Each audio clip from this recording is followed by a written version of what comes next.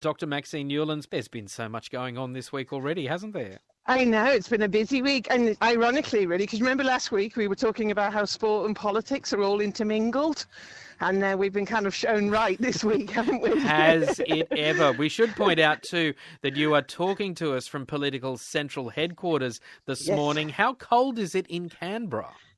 I woke up, I took a screenshot at 5:45, and it was -5. So when you just said it's 20 in Townsville, I was just longing for the warmth. I'm currently along the edge of Lake Burleigh, and there's thick frost everywhere.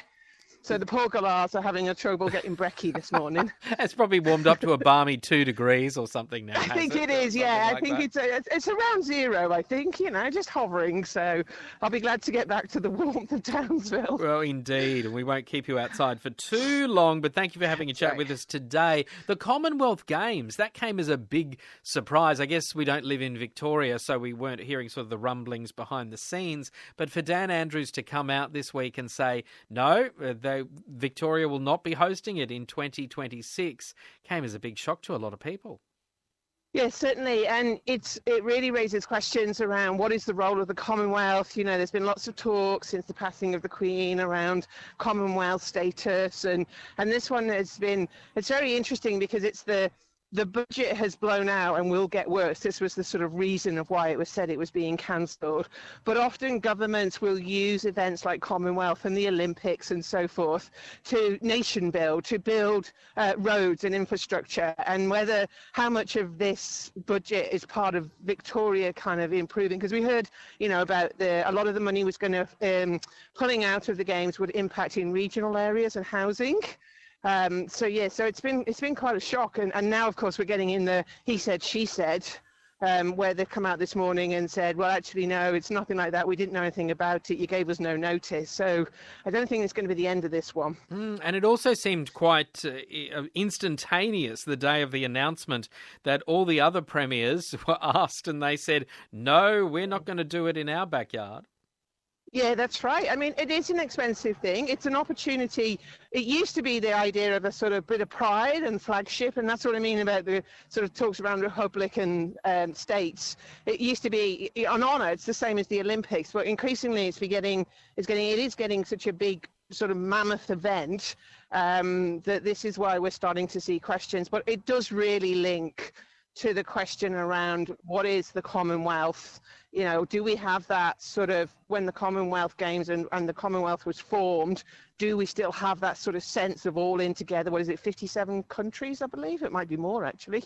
And it sort of raises those questions because lots of countries are thinking about shifting from being, as we are, into Republican states. Yes, well, it used to be called the Empire Games, didn't it? That's right, yes, the Empire Games. And that really does bring up some connotations of sort of the old days, doesn't it? So, yeah, but this one does seem to be, it's come as a bit of a shock. But I think it's hard as well because Doha did the same. I don't know if you remember. I think was it Dubai? But the previous one, 2022, they were about to go ahead, and then just like we've seen yesterday, they pulled the plug as well. Quite late in the process. I think that was Durban in South Africa, wasn't it? Thank you. Yes, yeah. The location. So it just puts a question: what is the future of the Games? That's kind of question one. But why has it lost that sort of the sense of empire? Yes, that's... Well, interesting to compare with what's happening today, where we start to see the beginning of the FIFA Women's World Cup. A lot of excitement about that happening in Australia and New Zealand. Huge ticket sales, expected to be massive audiences for all of those games. Maybe these big sporting events like the World Cups are overshadowing the Commonwealth Games in some way. Yeah, highly possible. Yeah, and there's only so much and so many dollars that can go around. That is another. And because of course the women's football has really everyone sort of grasped it the same way they used to with the Commonwealth Games. Sorry, I'm crossing a highway if it sounds a bit noisy. Not literally, I'm on a bridge.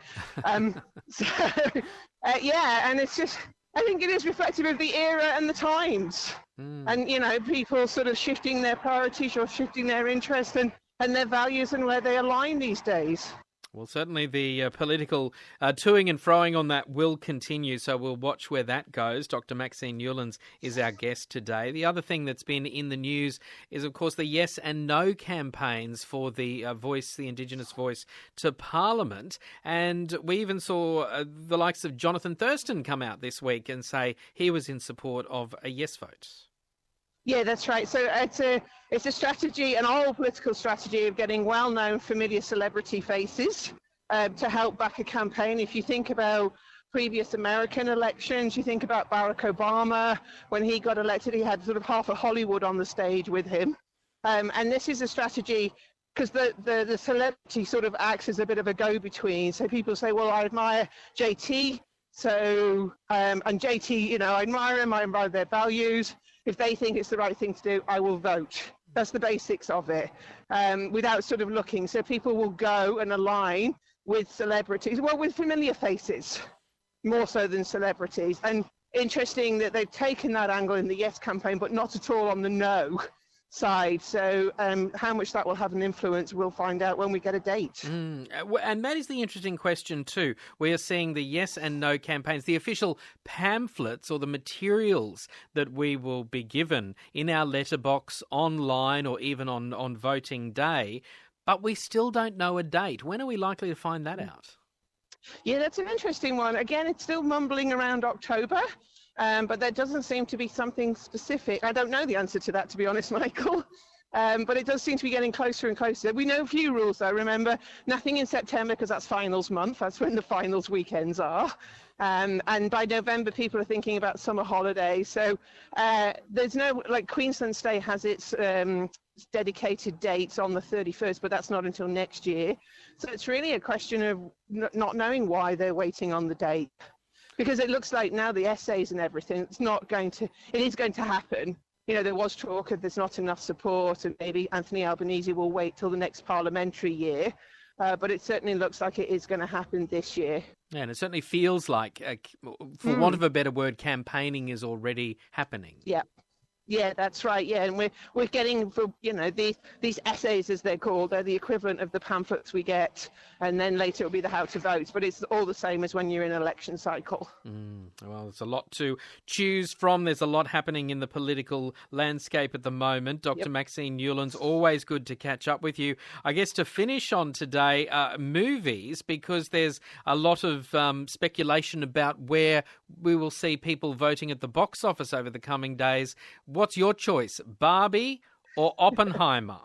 It's got to be Oppenheimer, I'm afraid. Yeah, I do like a bit of science. I do like me science. Barbie looks fun, but it would be Oppenheimer. Interesting comment we've had on the text line about this Barbenheimer weekend, which is happening all around the world.